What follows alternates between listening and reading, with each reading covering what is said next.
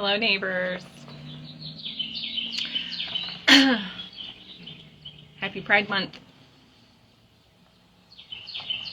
Grateful for all of our neighbors and love all of our LGBTQIA neighbors. Really glad to have them here in Red Bank and everywhere else across the globe.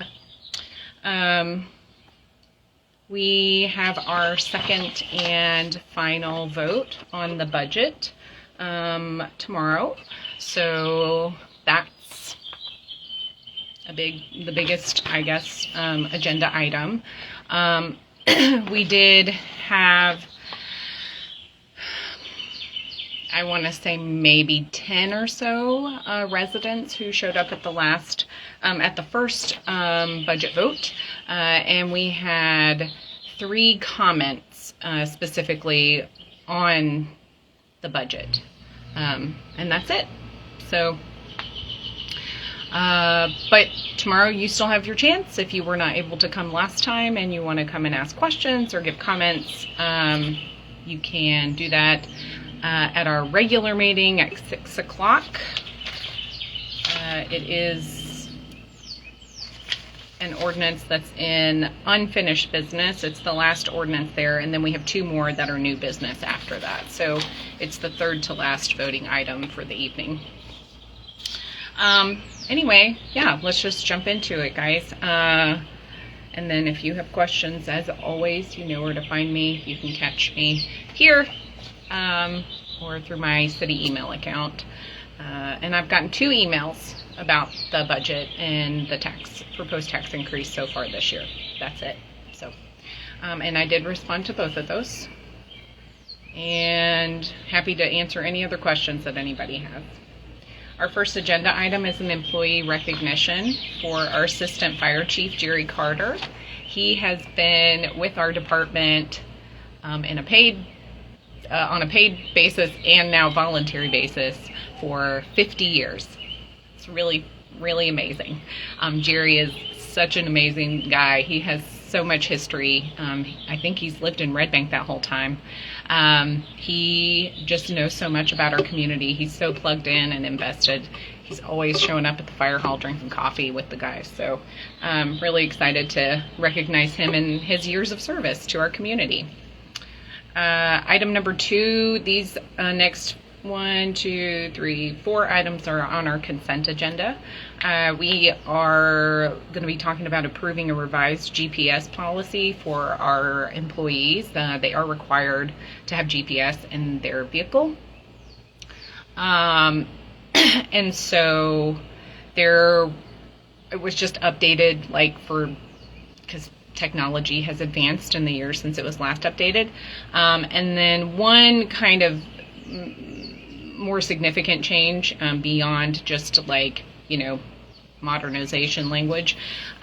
It was pertaining to discipline of an employee, and prior to this, or right now, currently, it says that the employee can be removed from their position solely based on GPS, but we know that GPS is an imperfect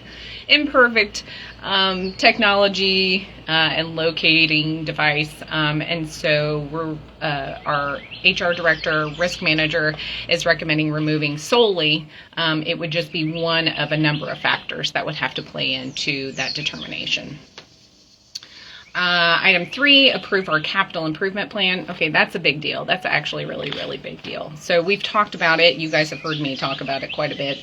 You've seen me showing you the layout. You can actually find it, on the website. If you go to redbanktn.gov and scroll down to click on budget, it'll show all of the budget documents, which will include the capital improvement plan. But it's also uploaded into the agenda packet. And it also includes a very lengthy memo that really describes and walks you through how to read and interpret the capital improvement plan. It was actually really great. I wasn't expecting that from staff. Maybe just kind of a brief summary, but it's very in-depth. So if you look at the capital improvement plan and it looks very technical, or you're like, what does this number mean? What does this column mean? Our community development director, Leslie Slay, just killed it. Went through and basically just walks you through the whole thing. So if you have questions about that or you want to learn more about that, go ahead and check that out in the agenda packet. I haven't checked to see if the memo is already uploaded to the website, but if not, it will be. But it's really amazing, guys. It's our city's first ever capital improvement plan. So planning for the future, looking 5 years ahead, knowing what we have to budget for as far as capital investments, for equipment, vehicles, projects, parks projects, road projects, sidewalks, ADA improvements, specifically the low water bridge replacement. So lots of TDOT projects mixed in there, but also our 2 park projects, our 2 bigger projects that will happen in phases, but at the old former Red Bank Middle School property, and then up north at the North Red Bank Park property between B&B Discount and Fire Station number 2. So just really excited to have that, formally in place. But yeah, take a look. Let me know if you have any questions about it. Item 4, authorized participation in the Tennessee Highway Safety Office Community Traffic Safety Grant Program for $98,353.70. So we apply for this every year. Basically, this grant, and our police chief determines how these grant funds would be used. It is 100% non-matching, so we don't have to match any of that with city dollars, but it's for like traffic safety, so like distracted driving, drunk driving, education around those things. So it has in the past paid for overtime, training, and equipment, and that's what our police chief is applying for again this year. So specifically for education for the officers, for traffic safety, like monitoring, and then overtime for our officers, and then equipment. So yeah, we apply for that every year. Hopefully we'll get it. These grants, it's not a lot. It's almost $100,000 though. I mean, that's $100,000 that, we don't have to pay for or cover ourselves. So if we can get a grant like that, and we apply for grants like that all the time, to help offset costs to the city, it'll be really great. So we'll talk about that. Item number 5, this is a resolution to authorize a capital outlay note in the amount of $540,000 to be shared across various divisions of the Public Works Department. So we actually approved this loan in the budget last year, but they always wait until the end of the fiscal year because we never know what kinds of equipment are going to be available, what kind of pricing options we're going to get. Sometimes they're a little lower, so we wait till the end of the year to get a better feel for what that number is going to look like. And actually, the $540,000 is $30,000 less than we had actually budgeted for last year. Partly that's not because we really wanted it to be. It's because we had budgeted for 2 EV trucks for our Public Works Department, and those are just not available right now. I think it was Ford that was manufacturing, and they paused manufacturing indefinitely for right now. So we're having to get 2 just regular diesel engine work trucks, but that reduced the cost by $30,000. So that loan is going to cover those 2 work trucks, a tractor with a mowing boom, because the one we have right now keeps falling apart and breaking, and it's at the point where it's costing more to actually repair it than it is to just replace it. A portable air compressor, for State Street Aid, that's our streets department, a dump truck with a salt spreader and a snow plow attachment. I just want to make a little comment on that because I saw somebody say, as people are wont to do on Facebook, something snarky about, oh, how much snow do we actually get?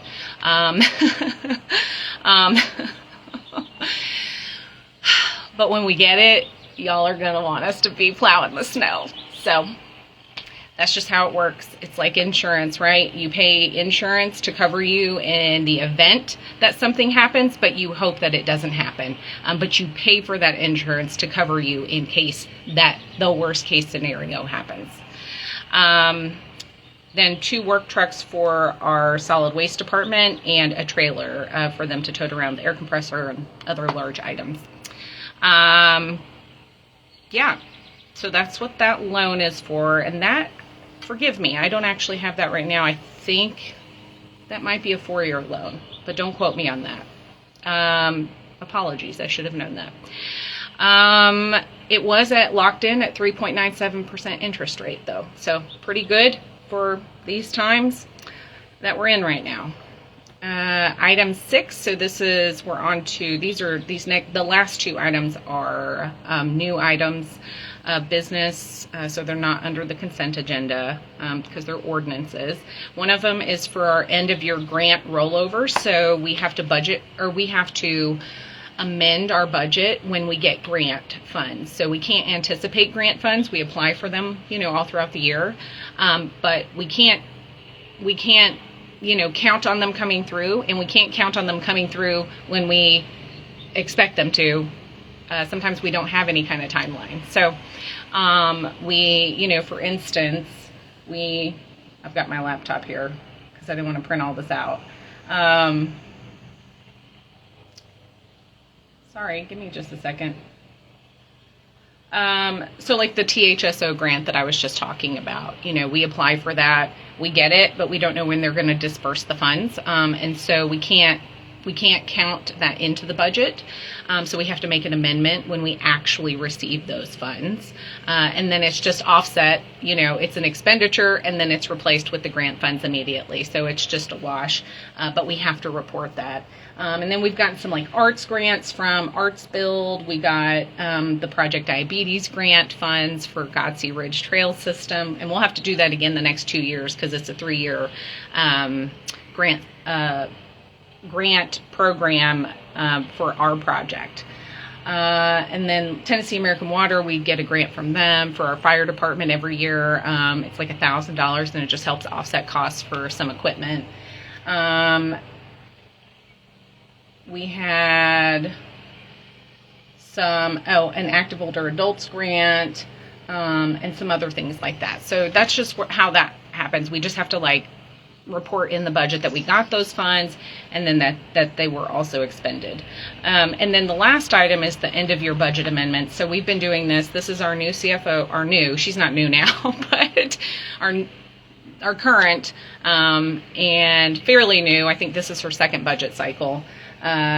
This is something she started doing, is we've been doing quarterly budget amendments instead of waiting until the end of the year to do all of the budget amendments for the whole year. Like, golly, that's a lot to keep up with because things change, costs change, and emergencies happen. Like we had a major pothole open up on North Dayton Boulevard, that had to be repaired. So, there's expenses like that are not going to be accounted for in the budget that we have to amend the budget for before the end of the year. So we'll be doing that tomorrow, and that is covering some things like, let me get back to that ordinance.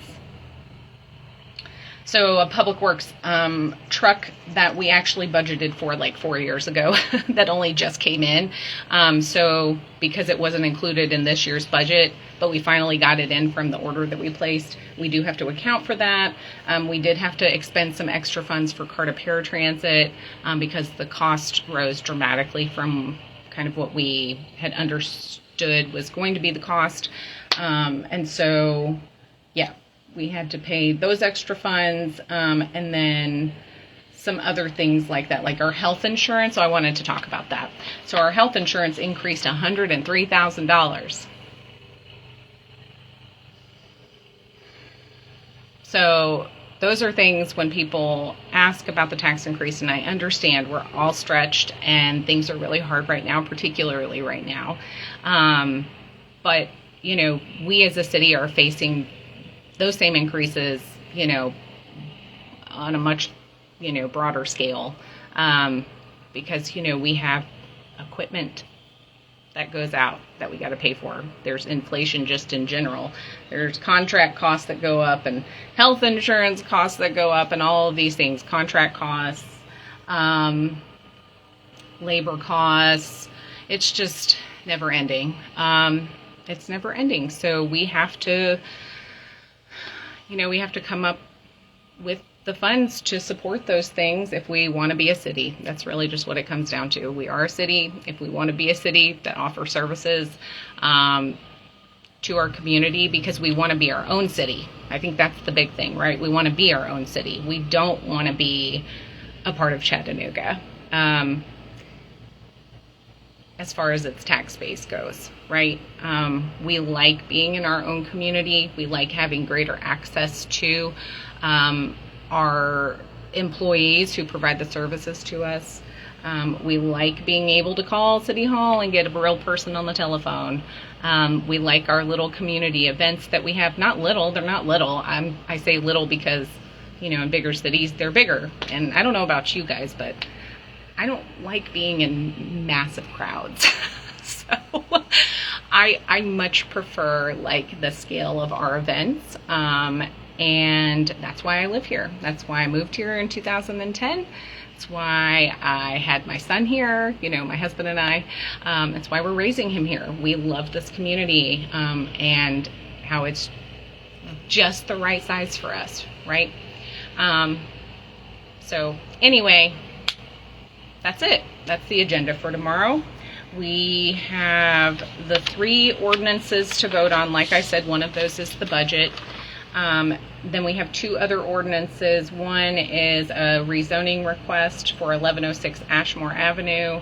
And then the other one is to remove a condition that was placed on a rezoning that happened back in I believe it was 2023. And all 3 of those ordinances passed on first reading unanimously on the rezoning and the amendment to the rezoning, and then 4 out of 5 of us voted on the budget, voted in favor of the budget. So we have that meeting tomorrow our work session is at 5 o'clock, our regular meeting at 6 in our regular location at our city courtroom, and I'll hope to see you guys there, and have a good rest of your night.